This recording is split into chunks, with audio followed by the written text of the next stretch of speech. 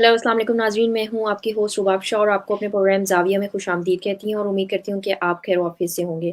नाज़रीन, अब से हम हफ्ते में इंशाल्लाह एक दफ़ा कश्मीर इशू पे शो किया करेंगे, जिसमें आपको कश्मीर इशू से रिलेटेड या कश्मीर इशू की हिस्ट्री, उससे रिलेटेड एक्टर्स, उससे रिलेटेड फैक्टर्स और उसकी कंटेम्प्रेरी सिचुएशन पे आपको मालूमात फराहम करेंगे और कोशिश करेंगे कि ऐसे गेस्ट को बुलाएं जो कि मसला कश्मीर के साथ किसी ना किसी तरह एसोसिएटेड हैं। आज का प्रोग्राम भी इसी सिलसिले की एक कड़ी है और मेरे साथ आज स्टूडियो में जो शख्सियत मौजूद है वो यकीनन किसी तारुफ के मोहताज नहीं है।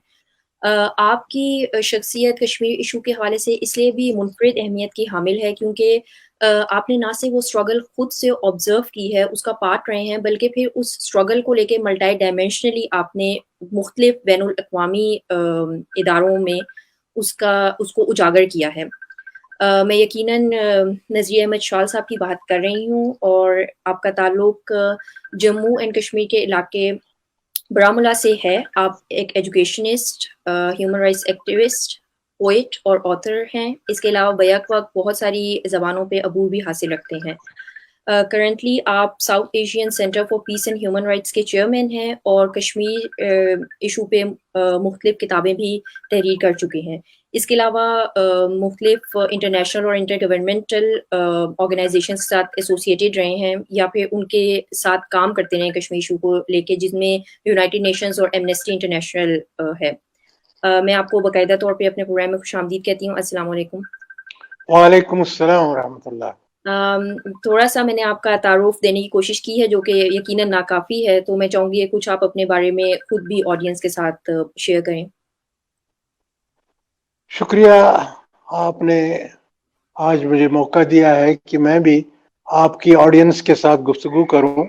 मेरा ताल्लुक बारामूला से है। बारामूला रियासत जम्मू कश्मीर का एक कस्बा है और वहीं पर मैंने अपनी इब्तिदाई तालीम भी हासिल की और ग्रेजुएशन वहाँ गवर्नमेंट कॉलेज बारामूला से किया। तो उसके बाद मैं यूनिवर्सिटी ऑफ कश्मीर से मैंने एमएससी बॉटनी किया और बाद में मैंने एजुकेशन में भी शिमला से डिग्री हासिल की और यूं मुख्तलिफ किस्म की एजुकेशन की ट्रेनिंग्स भी मैंने हासिल की और करिकुलम डिज़ाइन एंड डेवलपमेंट भी मेरा एक सब्जेक्ट रहा। और मैंने अपनी जिंदगी का आगाज, प्रोफेशनल जिंदगी का आगाज सेंट जोसेफ्स बारामूला से किया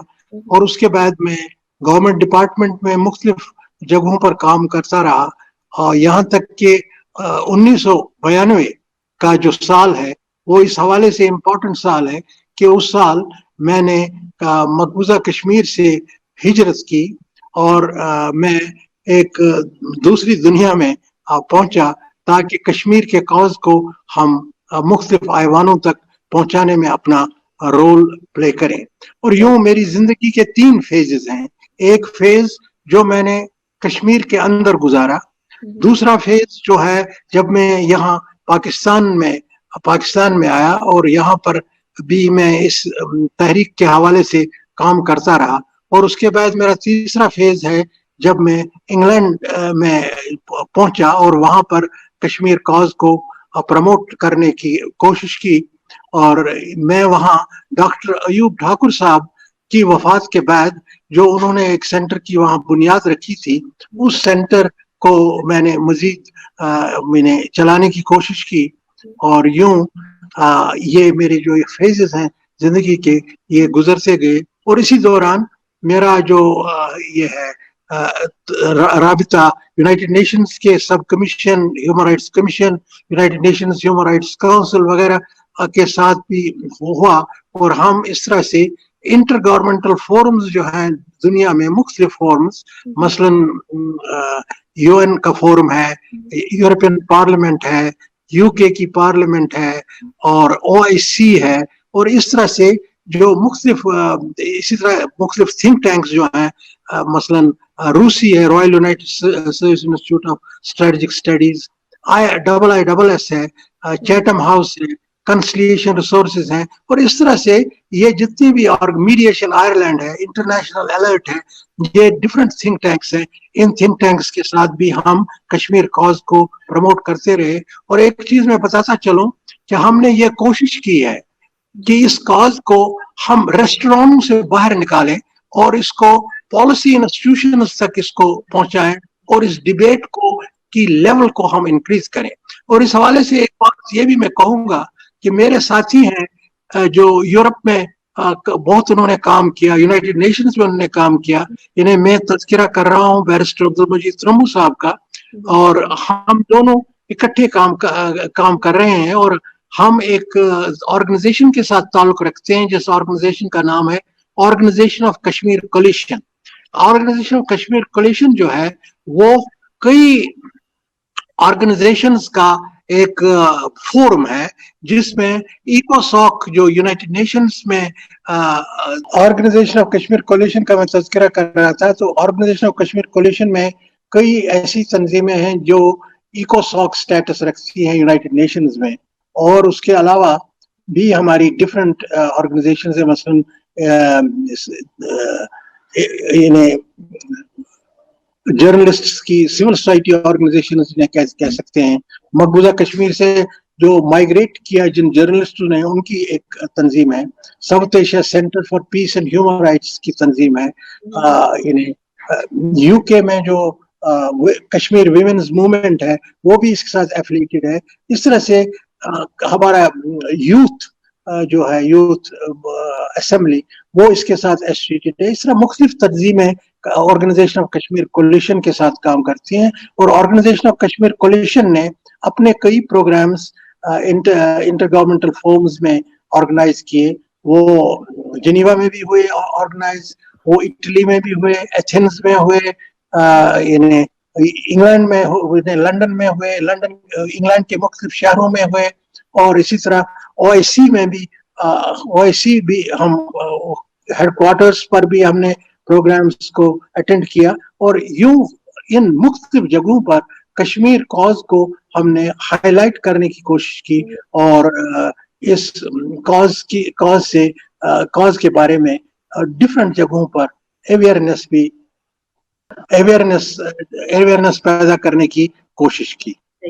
अच्छा, मैं आपसे थोड़ा सा दोबारा आपकी पर्सनल लाइफ का ही पूछूंगी कि 1992 में ऐसे कौन से हालात दरपेश आए कि आपने हिजरत करने की जरूरत पड़ी? थोड़ा सा आप देखिए, जी मैं इस सिलसिले में आपको ये बताऊं कि चूंकि मैं गवर्नमेंट मुलाजमत कर रहा था, और गवर्नमेंट मुलाजमत के साथ साथ जब हमने ये देखा कि इन्हें इंटरनेशनल सतह पर हमारे इस कॉज की प्रमोशन होनी चाहिए, तो मैं वो अपना जो भी कर रहा था, मैंने वो सब कुछ छोड़कर मैं इस तहरीक के साथ, चूंकि ज़हनी तौर पर जुड़ा हुआ था, और कई ऐसे वाक़ात हुए जिन वाक़ात की वजह से और भी तहरीक मिली और हम इस तहरीक का हिस्सा बने, और यही जो जज्बा था, इसी जज्बे को सांस लेकर, यही अहसास सांस लेकर हम कश्मीर से मुंतकिल हुए, और हमने कोशिश की, क्योंकि हम आर्मड रेजिस्टेंस शुरू हो गई थी, हम आर्मड रेजिस्टेंस में तो जा नहीं सके, मगर हमने कहा कि हम सफारती महाज पर अपना रोल प्ले करें, और सफारती महाज पर हमने कोशिश की। जब मैं यहाँ पहुंचा तो यहाँ तहरीक हुर्रियत कश्मीर जो एक फोरम था, उस फोरम को प्रमोट करने के लिए दुनिया भर के जितनी भी गवर्नमेंट्स थी उनके साथ हमने राब्ते किए, और उन तक अपने इस केस को इसको पहुंचाने की कोशिश की, और जो डिप्लोमेटिक मिशन थे उन तक कश्मीर की सूरत हाल को उनको आगाह करने के लिए हमने अपनी कोशिशों का आगाज किया, और ये कोशिशें अभी तक जारी है। अच्छा, हम ने देखा कि लास्ट ईयर 5 अगस्त पे जो है बहुत एक मतलब जुल्म मैं समझती हूँ कि हुआ कश्मीरियों पे, जो एब्रोगेशन हुई आर्टिकल 370 की, उसके बाद अब 35A क्लॉज को भी हम देख रहे हैं कि वो भी नहीं रहा। उसमें आप क्या समझते हैं कि पाकिस्तान का उसमें क्या रोल रहा है या क्या होना चाहिए था, और जो कि इससे पहले कि मैं 5 अगस्त की बात करूं, मैं 5 अगस्त से पहले की बात करूंगा। 5 अगस्त से पहले की बात मैं इसलिए करूंगा क्योंकि 5 अगस्त से पहले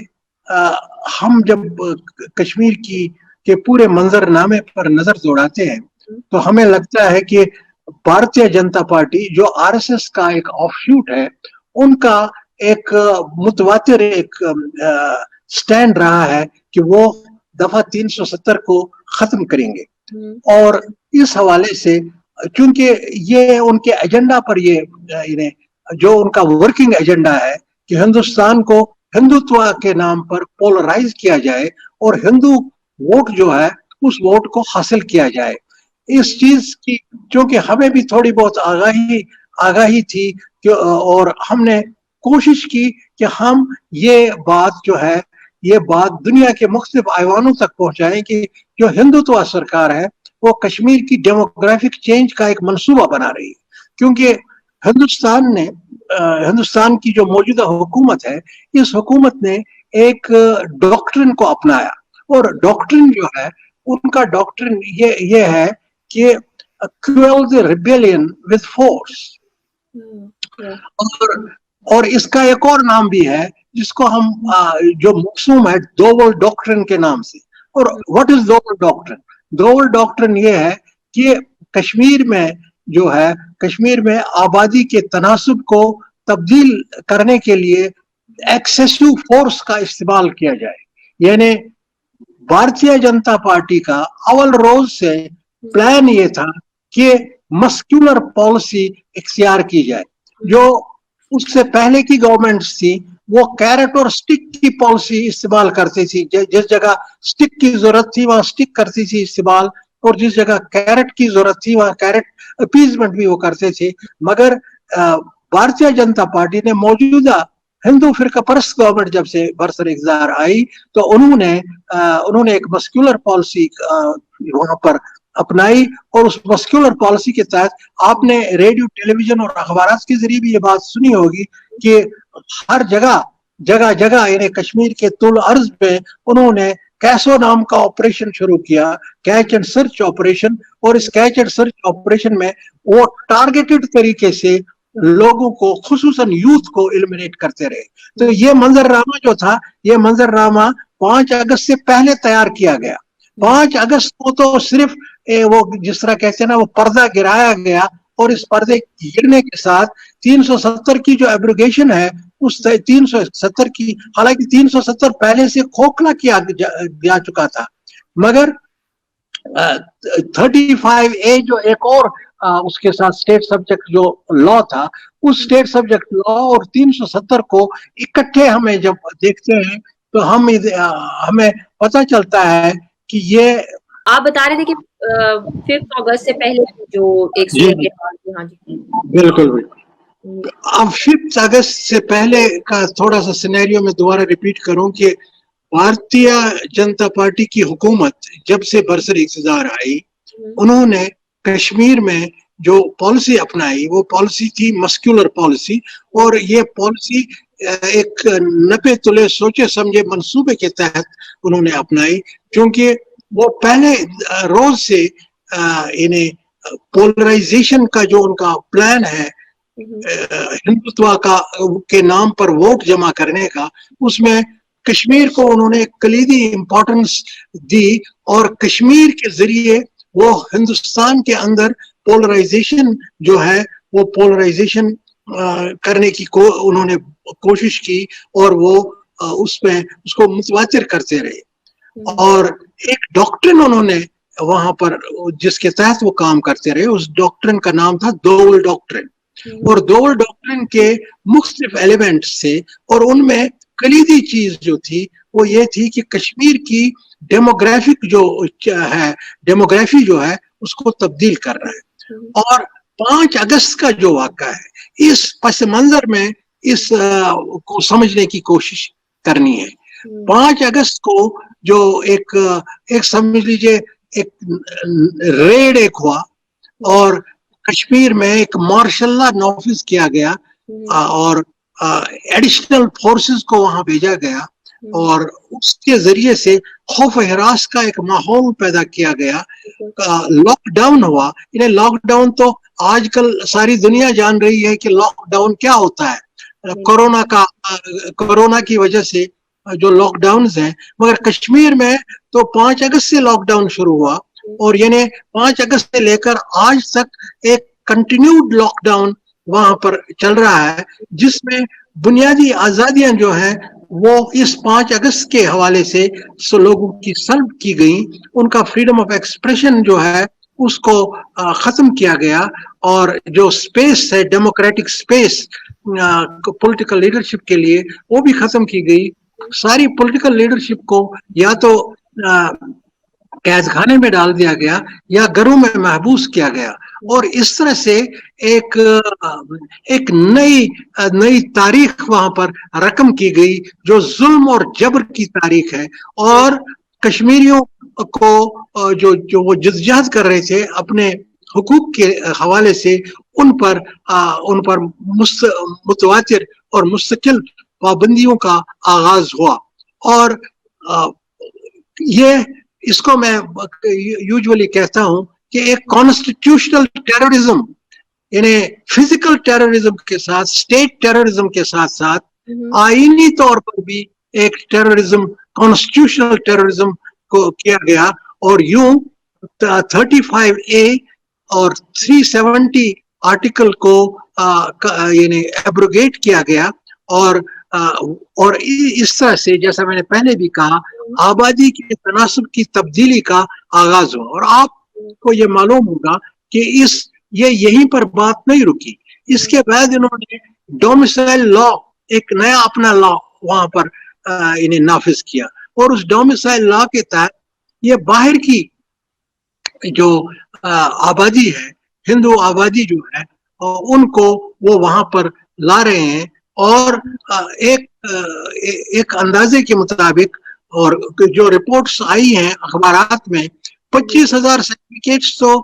उनके इजरा की इतला मिल चुकी है और कहते हैं कि ये तादाद लाखों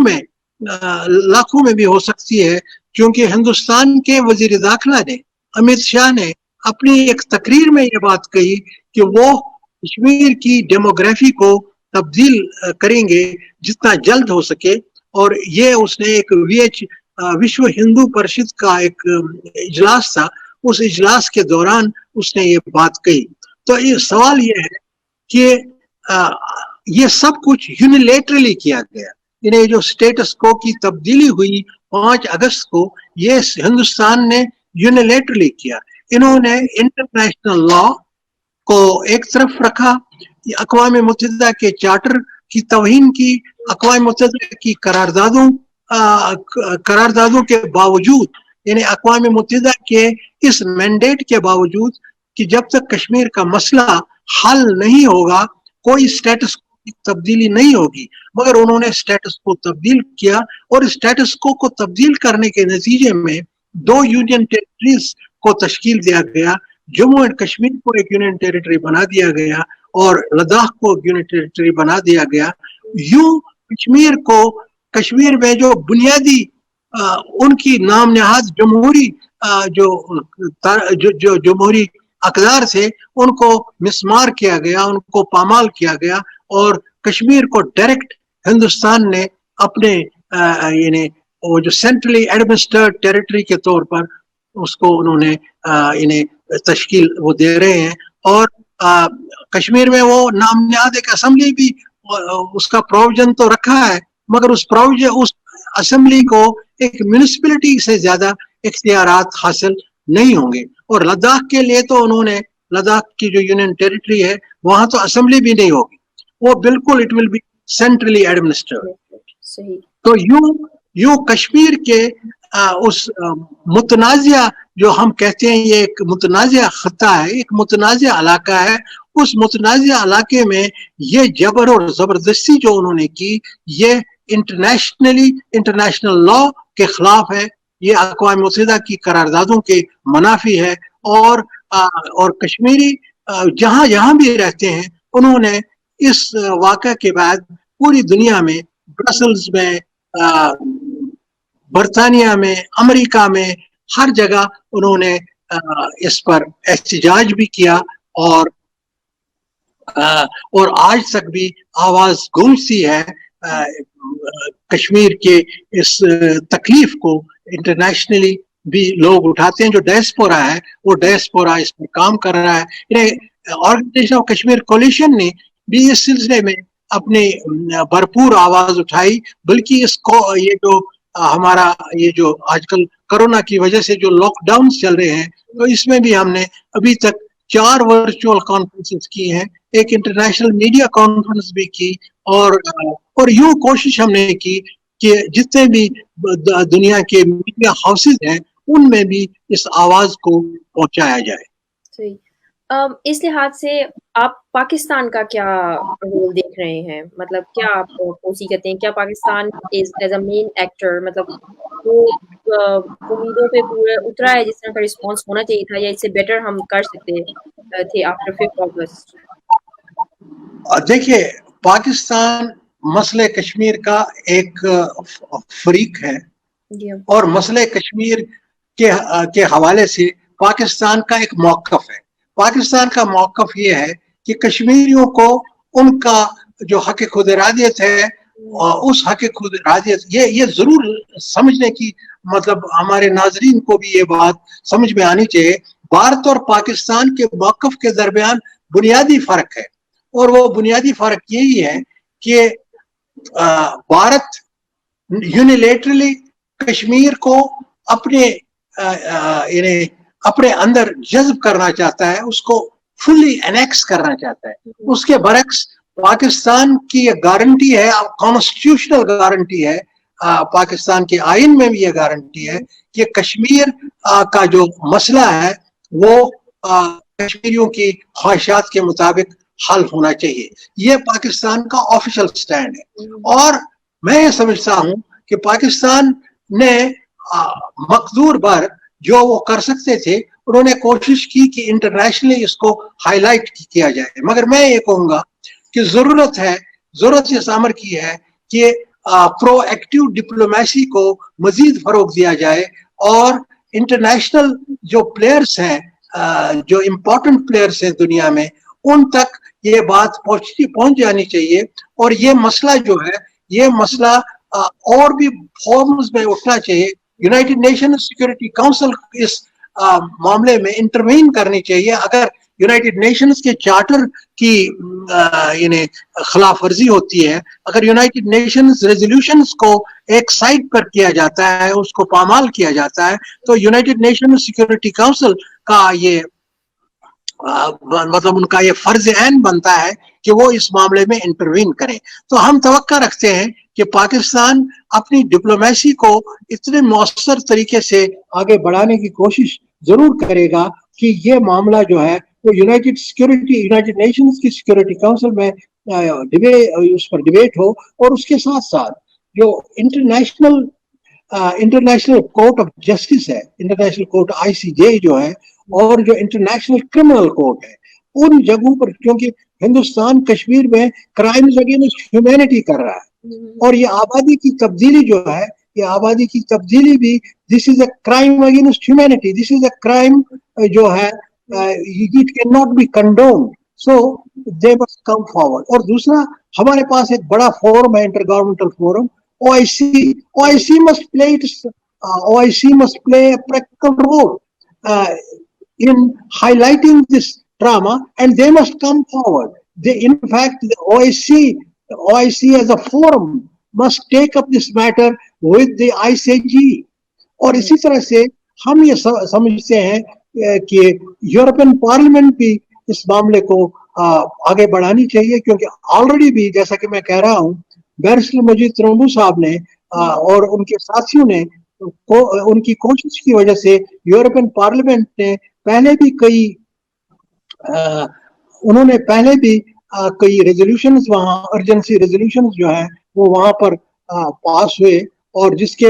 ماس گریوز پر وہاں ایک ریزولوشن ہوا, اور انہیں ایڈ ہاک ڈیلیگیشن ایک دونوں طرف مقبوضہ کشمیر اور آزاد کشمیر روانہ ہوا, ہندوستان اور پاکستان وہ روانہ ہوا. جان ویلس کشناہن اس کی لیڈ کر رہے تھے. اور یوں یہ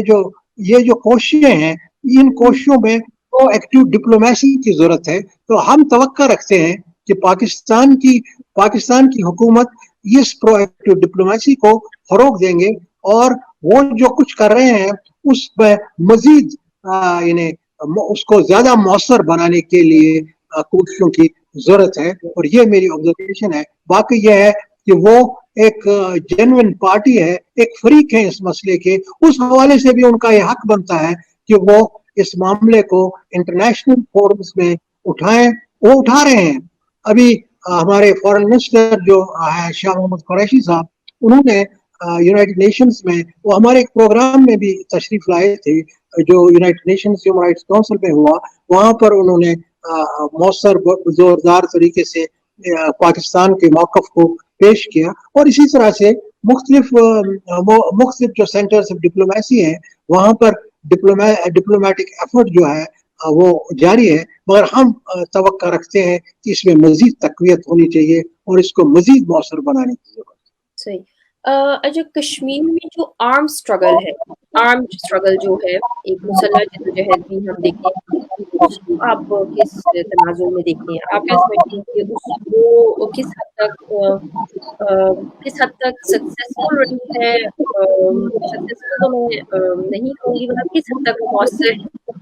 مسئلہ کشمیر کو حل کرنے میں یا اس کو اجاگر کرنے میں یا سم ہاؤ کچھ رائٹس دینے میں یا ایک جدوجہد کو زندہ رکھنے میں کیا حیثیت ہے مسلح جدوجہد؟ دیکھیے, میں آپ کو ایک چیز پہلے یہ سمجھنے کی ضرورت ہے کہ کشمیر میں آرمڈ ریزسٹنس شروع کیوں ہوئی. دیکھیے, کشمیر کی جو موجودہ تاریخ ہے, یعنی پارٹیشن سے پہلے بھی وہاں تحریک ایک چل رہی تھی ذمہ دار نظام حکومت کے لیے, اور آزادی کی تحریک پہلے سے نے وہ جو اس وقت کی آٹوکریٹک گورنمنٹ تھی اس گورنمنٹ کے خلاف ایک تحریک وہاں پہلے سے چل رہی تھی. مگر 47 کے بعد جب بھارت نے کشمیر کے ایک بڑے حصے پر جابرانہ قبضہ کیا تو اسی دن ایک تحریک نے جنم لیا. اور یہ جو تحریک تھی یہ تحریک پہلے بالکل پرامن اور جمہوری تحریک تھی. اس تحریک کے مختلف ادوار وہاں پر گزرے, مگر جب جمہوری طریقوں سے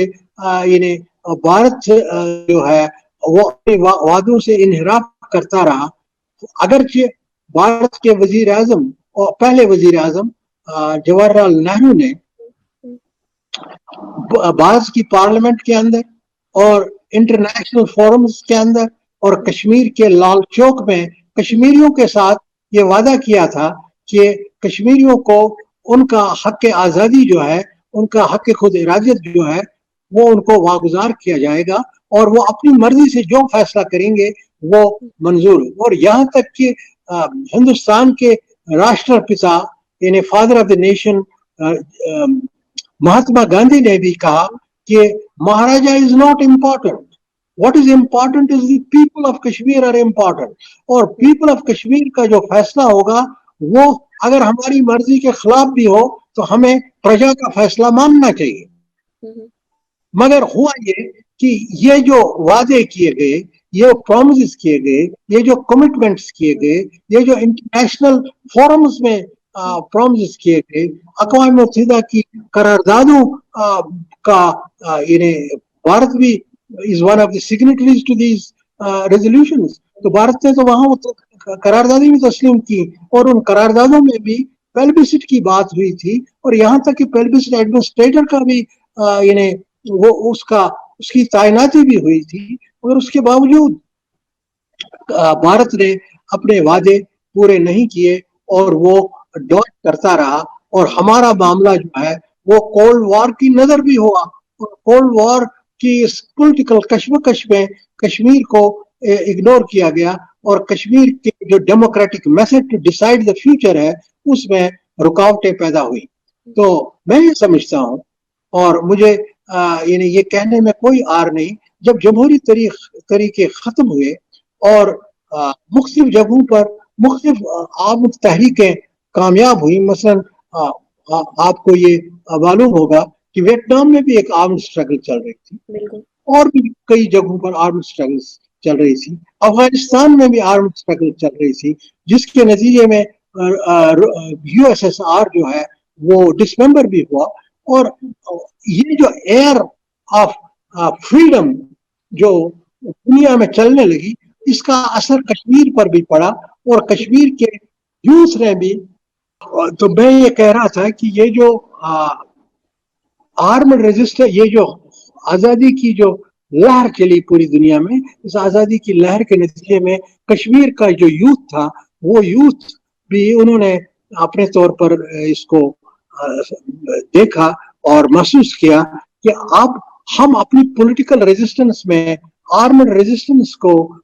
मजीद आर्म्ड रेजिस्टेंस भी इसमें शामिल करें। और आर्म्ड रेजिस्टेंस कोई गुनाह नहीं है, क्योंकि यूनाइटेड नेशंस चार्टर आपको इजाजत देता है इस बात की, अगर आपके हुकूक सल्ब किए जाएं, आप पर जुल्म हो रहा हो, आपके राइट ऑफ सेल्फ डिटर्मिनेशन पर कज़ियन लग जाए, तो आपका ये हक बनता है कि आप यानी आर्म्ड रेजिस्टेंस भी अपने मुदाफत में और अपने हुकूक के हुसूल के लिए कर सकते हैं। सो मैं समझता हूँ कश्मीर की आर्म्ड रेजिस्टेंस जो है, it is United Nations mandated resistance. जिस रेजिस्टेंस को कश्मीर के बच्चों ने शुरू किया, जो एक इंडिजिनस मूवमेंट है। और आज आप देखते हैं, अभी आपने अगर पिछले 10-15 दिन या एक महीने में कुछ जो खबरें आप तक आई होंगी, तो आपने देखा होगा कि भारत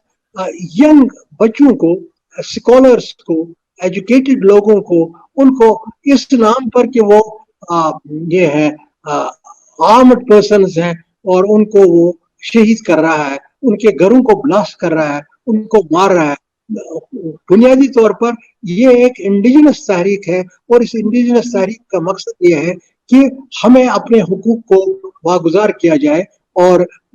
मैं ये समझता हूँ कि ये बराबर जो भारत इस वक्त जो रविश अपनाए हुए हैं, इस रविश की वजह से पूरा कश्मीर जो है, they are forcing them to the wall, और वो यानी उसी किस्म की तहरीक, उसी किस्म की आर्म्ड रेजिस्टेंस भी पैदा हो सकती है जिस किस्म की आर्म्ड रेजिस्टेंस वियतनाम में हुई। क्योंकि जब इंसान अपनी सर्वाइवल की जंग लड़ रहा हो, तो उसमें in love and war everything is fine. तो कश्मीरियों को भी फोर्स किया जा रहा है। कश्मीरी पीस लविंग लोग हैं, कश्मीरी अमन पसंद लोग हैं, वो अमन चाहते हैं, वो अपना जमहूरी हक चाहते हैं, मगर उनको इस आर्मड रेजिस्टेंस की तरफ ये जो जुल्म और जबर उन पर हो रहा है, उस जुल्म और जबर की से उनको इन्हें फोर्स किया जा रहा है कि वो इस तरीके को इख्तियार करें। और ये दुनिया को मालूम होना चाहिए कि that this struggle is the struggle of the people of Kashmir, और ये स्ट्रगल जो है, ये struggle is for the right of self determination. और सेल्फ डिटर्मिनेशन इस तहरीक का मरकजी नुक्ता है, बुनियादी नुक्ता है और बुनियादी मकसद है। ये तहरीक जो है कश्मीर की, ये तहरीक हुसूल हक के खुद इरादियत की तहरीक है। बिल्कुल ऐसे ही। और बिल्कुल। अच्छा, जैसे आपने कहा कि वहाँ पे एक खौफ और हिरास की सिचुएशन है, और जो है मतलब फोर्सेस हैं मौजूद और पीसफुल लोगों को भी मारा जा रहा है, उसमें किस तरह से मतलब उसकी क्या यही वजह है कि ट्रस्ट हो? हमने देखा कि कोई एक बड़ी जो अपराइजिंग एक्सपेक्टेड थी लॉकडाउन उठने के बाद, मतलब पहले तो हम से एक लॉकडाउन रहा, उसके बाद एक लॉकडाउन उठने के बाद एक एक्सपेक्टेड था कि मे बी एक अपराइजिंग को वो नहीं देखने को मिली जिस तरह से एक्सपेक्टेड था। वो क्यों? क्या उसकी यही वजह थी कि वहाँ पे जो पीसफुल लोगों को भी घरों पे जिस तरह आप कह रहे हैं कि रेड्स हो रहे हैं या यूथ को मारा जा रहा है या पैलेट गन्स का यूज है, तो इसकी ये फैक्टर्स हैं, आप क्या समझते हैं? या आप ये समझते हैं कि ऑर्गेनाइज्ड ही नहीं है वहाँ पे ग्रुप्स नहीं, देखिए आप तस्वुर में लाएं, 10 लाख फौज है और 10 लाख फौज को अनआर्म्ड लोगों पर मुसल्लत किया गया है और लोगों को उनके घरों में बंद कर दिया गया है। तो इस किस्म के हालात में आप अगर कहीं से आवाज आती है, अगर कहीं से आवाज आती है, आवाज उठती है जुल्म के खिलाफ, वो भी एक बहुत बड़ी बात है। और मैं ये समझता हूँ کہ भारत ने ये जो है कोर्शन के हरबे को इस्तेमाल करके आवाज को तहलील करने की कोशिश की, मगर ये भी याद रखने की जरूरत है कि भारत एलिनेटेड है। कश्मीर में एलिनेशन परफेक्ट यानी कंप्लीट है, 100% एलिनेशन है। और इस एलिनेशन की एक मिसाल ये है कि भारत के वो जितने हाशिया बरदार थे, जितने उनके भारत नवाज थे, वो भी उनको भी उन्होंने जेलों में बंद कर दिया और उनकी यानी उनकी मूवमेंट को भी स्टॉप किया जब ये 5 अगस्त का वाक़ा हुआ। और यूं वो अब एक अपनी तरफ से एक नई डिस्पेंसेशन को सामने लाने की कोशिश कर रहे हैं। इसका मतलब ये है कि वो जो मेहनत उन्होंने की थी कोलैबोरेटर्स को बनाने की, वो सारे कोलैबोरेटर्स अब डिसमेंटल्ड हैं। उनको उन्होंने भी अब डिसमेंटल किया है, वो उन्होंने भी उनको रिजेक्ट किया है। वजह उसकी ये है कि लोग जो है लोगों में अब यानी भारत बहैसियत एक ऑप्शन के कभी मौजूद था ही नहीं, मगर अब ये मुकम्मल तौर पर सामने बात आ गई है कि that India in no case is acceptable to the people of Kashmir. Okay, इस सूरत हाल से मैं अपना अगला क्वेश्चन भी इसी से ही एसोसिएट करूंगी कि क्या आप क्या समझते हैं कि जो कश्मीर की स्ट्रगल है उसका फ्यूचर क्या है? हम देखते हैं कि ठीक है, हम मतलब डिप्लोमेटिकली भी एक्टिव हुआ पाकिस्तान भी, कश्मीर डायस्पोरा भी आफ्टर 5 अगस्त, लेकिन फिर हम देखते हैं कि अभी यूएनएससी में मतलब यूनाइटेड नेशन सिक्योरिटी काउंसिल में भारत को मेजॉरिटी ऑफ वोट से as a non permanent member elect हो गया है। उसके अलावा हम देख रहे हैं कि जो आबादी के तनासुब के हवाले से वो चेंजेस कश्मीर में लेकर आ रहा है, तो अगर कोई स्ट्रिक्ट एक्शन उसके अगेंस्ट नहीं लिया गया या उसके इन इकदामात की रोकथाम ना की गई, तो आप क्या समझते हैं कश्मीर स्ट्रगल का क्या फ्यूचर है? देखिए, मैं समझता हूँ कि कश्मीरियों को की एक डिप्लोमेटिक विक्ट्री उस वक्त हुई जब एक बड़े फोरम ने, जिसका आप तज़किरा कर रहे हैं, यूनाइटेड नेशंस के ह्यूमन राइट्स कमिश्नर ने भारत के खिलाफ एक फर्जी जुर्म उन्होंने आयद किया। उस रिपोर्ट में जो 2018 में जून 2018 में ह्यूमन राइट्स काउंसिल में आई, और दूसरी रिपोर्ट जो 2019 में आई, उस रिपोर्ट में भी यानी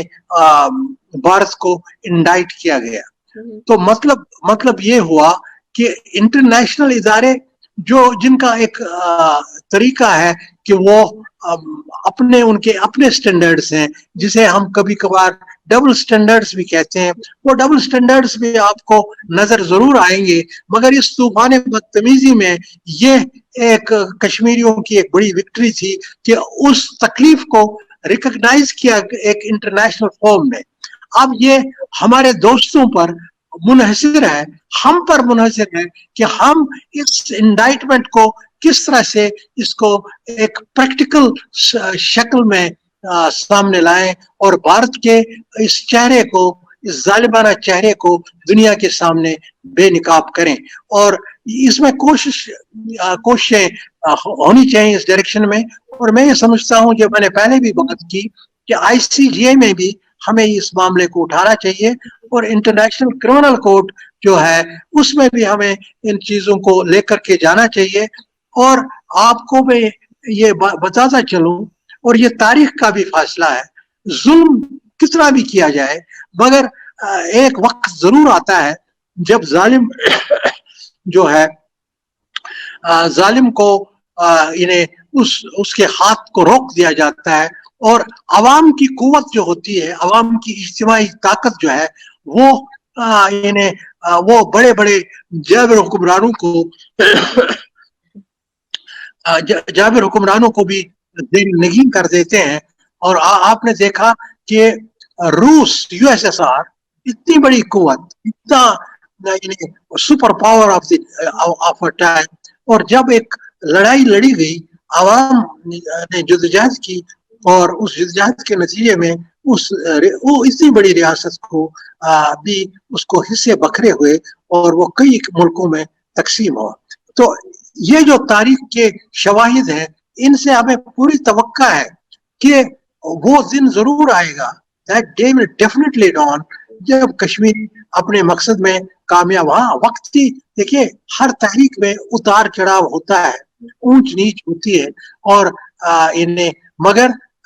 अपना गोल जो है वो मुतय्यन होना चाहिए। वो रोड मैप जो है, उस रोड मैप को हमें हमारी आंखों के सामने होना चाहिए, ताकि हम उस रोड मैप पर चलते हुए अपनी उस मंजिल पर पहुंचे। और मुझे उम्मीद है, पूरी तवक्का है कि कश्मीरी अपनी जो उनकी ख्वाहिश है, उनकी जो एस्पिरेशन है, वो एस्पिरेशन जरूर पूरी होगी, क्योंकि उसके लिए बहुत ज्यादा कुर्बानियां पहले ही दी जा चुकी है। बिल्कुल। मैं इसी से ही अपना लास्ट क्वेश्चन आपको पूछूंगी, इसी से ही रिलेटेड, कि इंशाल्लाह जब प्लेबिसाइट होता है, बेशक आप इसको आंसर नहीं भी करें तो इट्स ओके, लेकिन अगर प्लेबिसाइट होता है तो आपको क्या लगता है कि majority will vote for which option, और क्यों, मतलब क्यों ऑप्शन सस्टेनेबल होगा? क्या वो Kashmir as an autonomous region की तरफ जाएंगे, या इल्हाक विद इंडिया और पाकिस्तान और व्हाटएवर, और क्यों? देखिए, हाँ बिल्कुल, आपको ये बनता है, ये आप सवाल करें, पर इसका जवाब मुझे ये सवाल पूछा गया जब मैं ये 1992 की बात में कर रहा हूँ। उस वक्त भी ये सवाल मुझे एक टेलीविजन टॉक में पूछा गया। मैंने जो बात उस वक्त कही थी, वो बात मैं इस वक्त भी कहूंगा। The time to cross the bridge has not yet arrived. और वो वक्त जब आएगा, जब कश्मीरियों को उनका हक दे दिया जाएगा, उस वक्त it will be that time,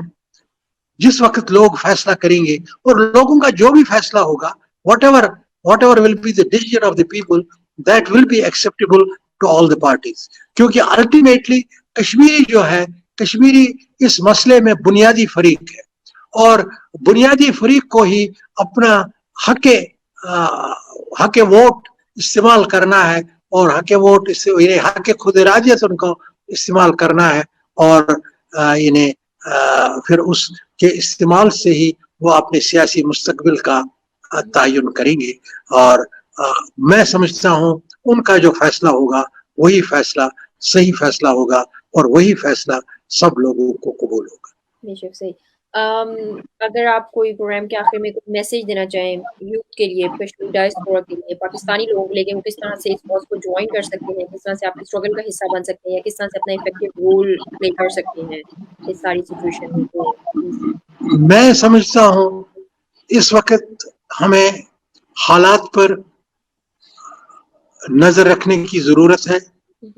और मैं तमाम अपने हमदर्दों से, डायस्पोरा से ताल्लुक रखने वाले भाइयों से और तमाम कश्मीरियों से सिर्फ एक रिक्वेस्ट करूंगा, वो ये है, ये बड़े नाजुक टाइम्स हैं, और इस नाजुक वक्त पे हमें एक यूनिफाइड नैरेटिव सामने लाने की जरूरत है। हमें अपने जो भी हमारे गुरोही, सियासी, लिसानी, बाकी जो हमारे डिफरेंसेस हैं, उन डिफरेंसेस को बालाई ताक हमें रखना चाहिए, और हमें एक नैरेटिव, वन नैरेटिव, और वो नैरेटिव ये होना चाहिए कि that Kashmiris be given their right to self determination, और सेल्फ डिटर्मिनेशन ही हम सब के लिए एक नुक्ते इत्तेफाक है, और इसी नुक्ते इत्तेफाक पर हम सबको मिलकर आगे बढ़ने की कोशिश करनी चाहिए। थैंक यू वेरी मच नजरी अहमद शाल साहब, हमें ज्वाइन करने का, और अपना और अपने घर वालों का बहुत ज़्यादा ख्याल रखें। और इसी के साथ मैं प्रोग्राम का भी इख्तिताम करती हूँ, और उम्मीद करती हूँ कि नाज़रीन ने आपके इल्म और आपके तजर्बे से आज बहुत कुछ सीखा होगा, और बहुत सारे कश्मीर के न्यू एस्पेक्ट्स उनके सामने आए होंगे, जिन्हें हम फर्दर प्रोग्राम में इंशाल्लाह ताला डिस्कस करेंगे। Thank you very much for listening to us. अपना ख्याल रखें, अपने घर वालों का ख्याल रखें। My thanks to you and my thanks to Mr. Ejaz Pyara for this program, and I hope ये जो है ये सिलसिला चलता रहेगा, اور کشمیر اویئرنیس میں جو آپ رول پلے کر رہے ہیں، اللہ تعالیٰ آپ کو اس کا جزائے خیر دے. Thank you very much. Thank you. اللہ حافظ.